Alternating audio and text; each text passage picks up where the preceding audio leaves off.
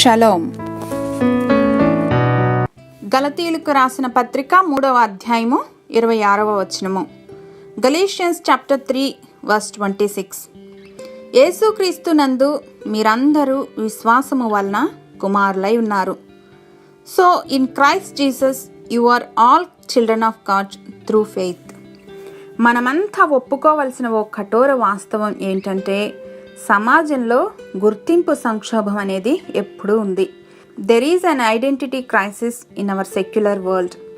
ఈ లోకంలో ఒక టీచర్గా, తల్లిగా, తండ్రిగా, ఆర్ ప్రీచర్గా, నాయకునిగా, అధిపతిగా, అధికారిగా, రాజుగా, ఇలా ఎన్నో టైటిల్స్ ద్వారా గుర్తింపు ఉంటుంది.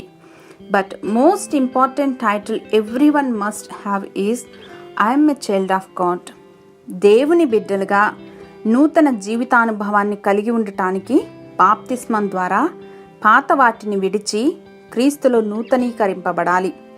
మరి శుద్ధీకరింపబడి ఆత్మచేత అలంకరింపబడటానికి ఒకే ఒక మార్గం, ఆయనే మన రక్షకుడైన యేసుక్రీస్తు.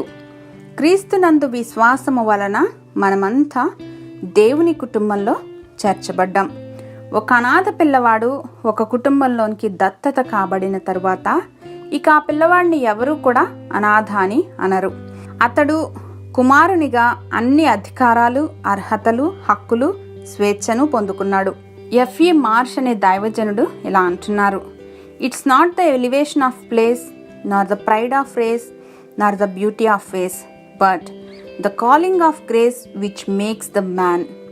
సమాజంలోని అసమానతలకు సరైన విరుగుడు సువార్త మాత్రమే.